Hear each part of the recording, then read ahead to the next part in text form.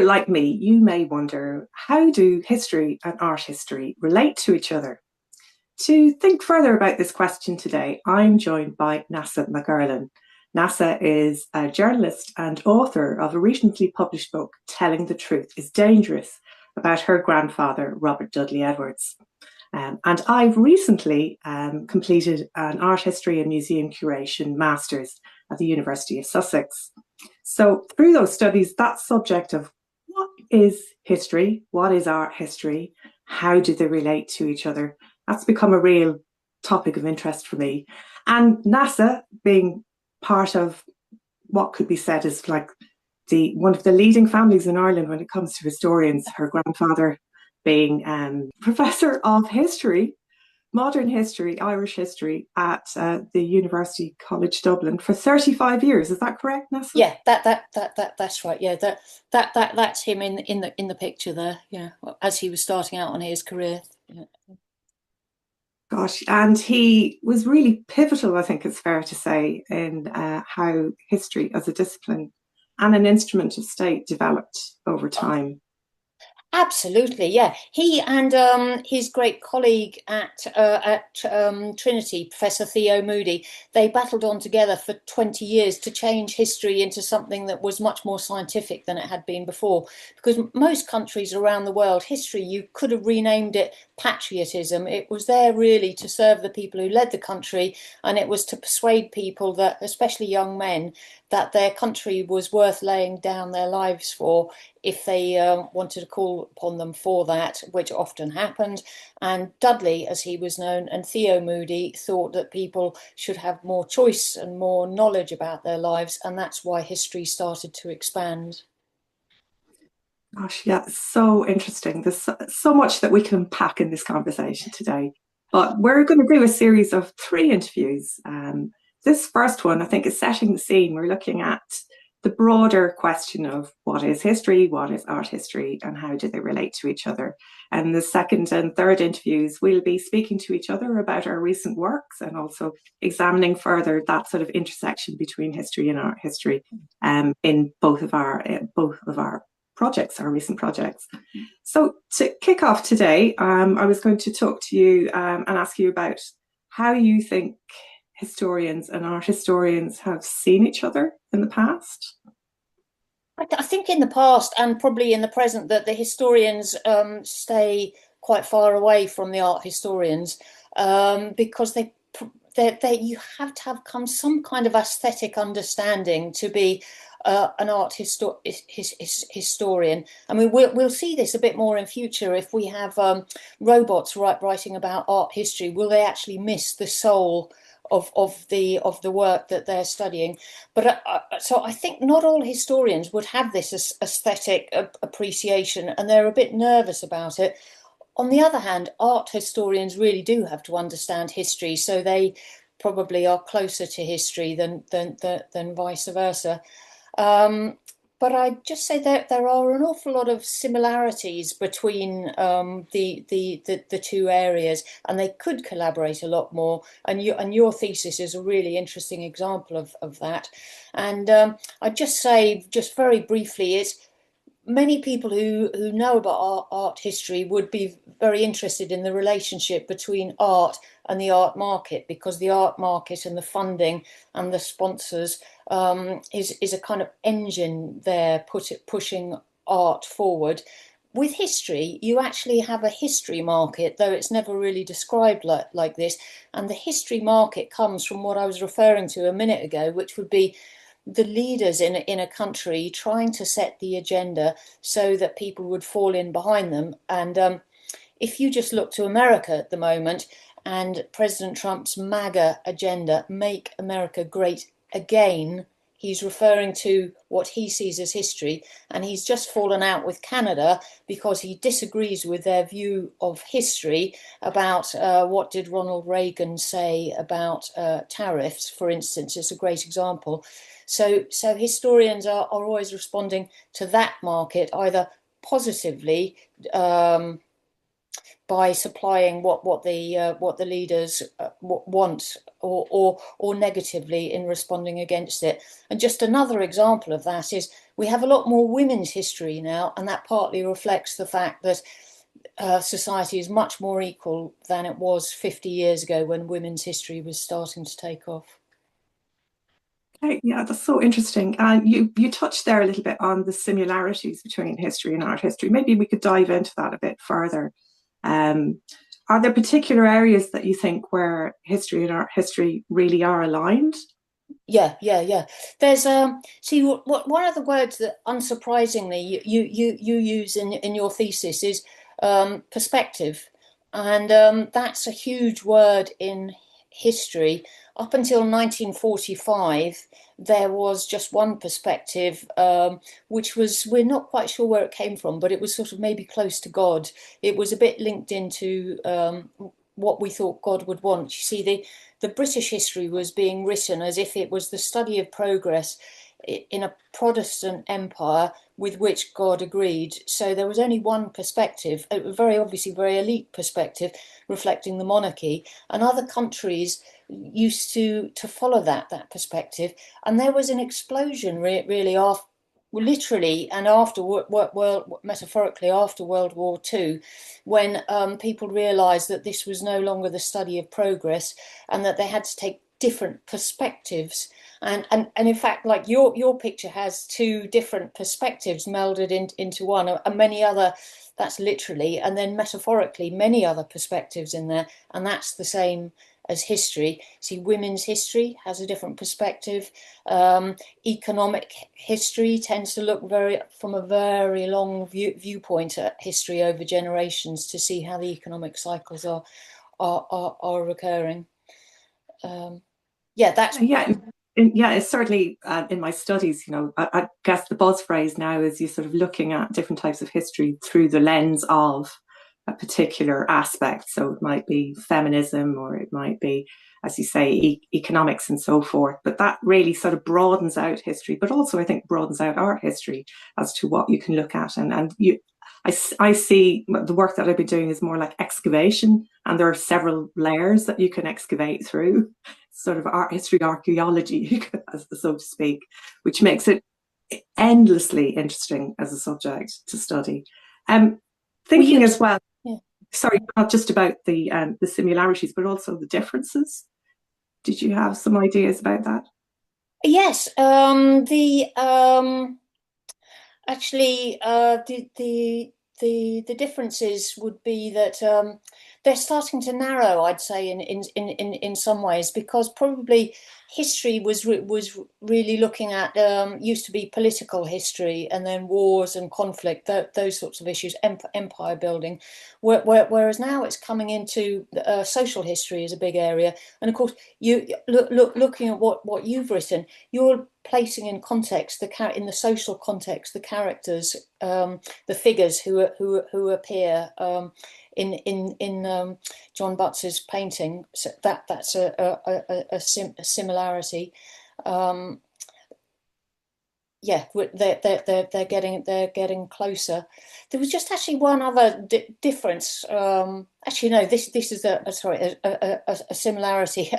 We can learn a lot from each other, art history and history, on the idea of forgeries. It's probably in the art world leads on detecting forgeries. Just yesterday, I was listening to the radio, and the German police have arrested people for forging Picasso and Rembrandt. They're very, very well done. Whereas in history, it's probably less talked about, but there are lots of fake and forged and misleading documents. There was, the fake Hitler diaries, and actually the siege of Drogheda and the massacre of 30,000 people there was partly based really on completely exaggerated documents and some forged documents, which showed how what an appalling race the Catholic Irish were, and that therefore justified the action taken against by Oliver Cromwell. So yeah, history has a lot to learn from art history, and because detecting forgeries is actually a science now. Yes, I think there was that exhibition that was on in the National Gallery in 2010, where they actually took their fakes, or the forgeries that they've discovered in their collection, and put them together as an exhibition, which was really interesting to examine those issues, but also looking at those images for themselves. So I think maybe points of difference as well. I mean, I looking at art history, I've discovered like there are ways of looking at erased histories or fragmented histories where there is very little evidence, there's very little source material. And one of the things that art historians have started to use is it's a process called confabulation, where you're actually using maybe literary skills to reimagine characters from the past, but it's grounded in information, source material, but it helps to bring those stories to life. Sometimes art history can be a bit interpretive. It's looking at the meaning in a particular image. So I think there's a lot to be learned for historians to learn from that process as well, especially where there's that sort of missing element of data, or looking at the history of Black people, the history of the working class and the poor, and women, where there just is so little there actually to gauge on. I think coming up with new creative ways of managing that can really help to bring those stories to life. Well, I think it's a process of deduction that you're describing there, really, and sometimes the absence of something is very, very significant. And actually, it's very important. I'd almost say for national security and for individual security to have some kind of history. See, Trump is managing to allow what's happening in Gaza to happen because he's not acknowledging the history of people in Palestine, and that was what happened 400 years ago when the British Empire was expanding first into Ireland. That Ireland was seen as a vacuum, and therefore you have to fill a vacuum. It's almost your duty to fill that vacuum. Yeah, and then more recently, I think there's a fantastic quote in your book about leading British academics saying that Ireland had no history. And that your grandfather was looking to sort of completely rebuke that with the work that he did, developing archives, which I thought was just was so enlightening. He was looking at that in the 1930s, you see, because he could see what was going to happen as the fascists came to power in Germany. He'd seen this sort of thing before through his reading, and he knew that a small country was very vulnerable when the great powers come to clash. So why do you think art history and history have been kept separate on the university campus? I guess you spent a lot of time in university campuses over the years. Can you give some insights into the thinking behind that? I think there's one primary reason, which is much more practical than I'd realised at first, which is to avoid turf wars, because you get into a terrible mess and all sorts of terrible conflict if you have two people specialising in the same area from different departments, unless they can really collaborate with each other. So you have, for instance, one of the things that happened at University College Dublin, where Dudley was a professor, was that the women's history was established. He was very welcoming to that, and it started to come through in the 60s and the 1970s. But when it was established as a department, it wasn't within history, really. It was over in a separate department, which now also has gender studies as well. And so that would give the two departments more freedom to breathe. And you have subjects that are studied at university change all the time. So history itself wasn't really much of a subject at UCD 100 years ago. There was one particular professor of modern Irish history operating on her own, and then Dudley built up that department, and then that department started history grew out of the literature department. She was an expert in literature, but of course in literature you have this word story, which is related to history, and then the stories of history. So history was set up and then started to develop itself into politics. For instance, politics set itself up as a different department, and and war studies, military studies, these are setting themselves up as sort of semi-different, partly separate from history. It's growing all the time. And at the moment, just to conclude on this, political science is more popular than history. So this was a subject that wasn't even really heard of before the 1950s. Now it's overtaken history. More undergraduates are applying to study political science than history in Ireland. Wow, I mean, from my research, I've seen that UCD seems to be very sort of interdisciplinary in its approach now, and especially with relation to history. I mean, looking at the art historians, they definitely seem to be like melding, across the discipline of culture. I'd say, architecture, culture, communications, art history, history as it would be understood in its proper context, and they're all and looking at decolonial studies, looking at which is a subject I've been really interested in. It's great to see how these are all coming together, because in fact in the world all of these aspects are not homogeneously sealed into separate containers. Yeah. Everything interacts, everything intersects. So yeah. I guess we're going to see more of that on campus in future. We see much more multidisciplinary studies. Do you remember in the past that you would talk about someone who was studying just history as pure history, as if it was a bit impure to study other subjects as well? You were diluting it, whereas now it's really going into you'll even get something like history and neuroscience, because neuroscience looks at memory. And that's really important for history. So you get yes, exactly. Under decolonisation, there'll be a lot of multidisciplinary projects developing on that. Yeah, like I had a history professor in modern American history was teaching me a module on race, photography and archives. And in our class, it was a mixture of American studies students, art history students, and American history students. Yeah. And that was really interesting. We had this balance, and we had these really enlivening conversations between these disciplines in the class throughout the term. And, I found that that was one of the really attractive things of studying at Sussex, that they were able to sort of meld those things within that way. So I think, like, going forward, how do you think the exploration of images can help to better inform our understanding of history and the past as well, or I should say, and the present as well? I think it's a really urgent project for historians to start looking at this, because people are reading less, and you'll know that in the last couple of years there's been a huge boom in the number of people looking at podcasts, preferring podcasts to reading books.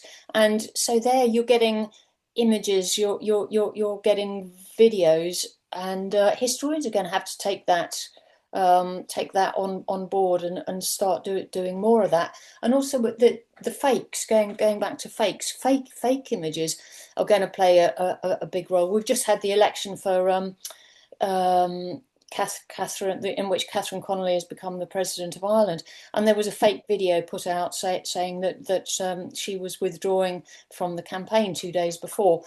I didn't see the video, but some of the quality of these fakes is very, very high level quality. There was a big turning point came 2 years back when there was an image put out of Pope Francis wearing a very glamorous white puffer jacket, and it was completely fake. But you knew it was fake because you knew that he wasn't going to go around wearing that kind of gear. But you couldn't really tell very easily that it was fake looking at it technically. So we're all going to be involved with trying to understand what's true and what's not in those terms, and probably learning a lot from the photographic departments and video departments in the art faculties.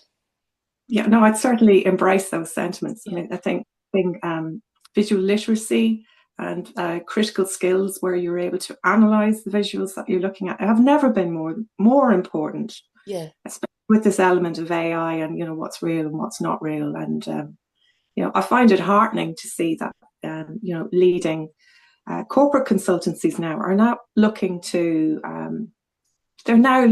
humanities students for their critical analysis skills. Right. You know, when it comes to doing work in business and in finance and in law, you're seeing the value of these skills are increasing exponentially, because I think they're going to become more and more important. What are we looking at? What are the source materials? And you were talking about forgeries earlier. Now we're living in an era of forgery, you know, and how do we cope with that? So deep analysis of images, understanding the agendas behind an image, the ideology behind an image, can really help us to better understand the world that we live in today. Yes, yes. And because because a picture paints 1,000 words. Sorry to produce the cliche there. It's going to be much more complicated. That's why maybe we'll have to bring in neuroscience as well, because you can see something written 2 + 2 = 4, and you can say if that's correct or not. But when you're actually looking at Pope Francis, or you're looking at a video that looked very realistic, very, very hard to understand what part of your brain is rejecting it as rejecting it or accepting it, and we're going to have to understand that better. Okay, there's so much more that we could talk about this, but I think for today, we're going to wrap up for the time being. But we're going to come back soon in this little mini series that we're calling History Meets Art History. And I'm going to be so excited to hear more about your book and how you use visuals, how you selected visuals. You looked at your grandfather's photographic archive and photographs more broadly to accompany the story, this very interesting story that you told about him and his work in developing history, both in the department and more broadly in the new Irish state. And then I'm going to have you interview me about this dissertation that I did on John Butt's A View of Cork from Audley Place. And that's a painting that I looked at through a decolonial lens. I used a very, what I would call a deep visual, I used the painting as visual text. I examined it to draw out that evidence that helped to tell the story of Ireland's relationship to empire, to colonialism, and most especially to the transatlantic slave trade. Yes. So more. Yeah. So more on both of those subjects. And so I'd like to thank you for joining me today, Neasa, and we will see you all again soon. Thank you, Susanne.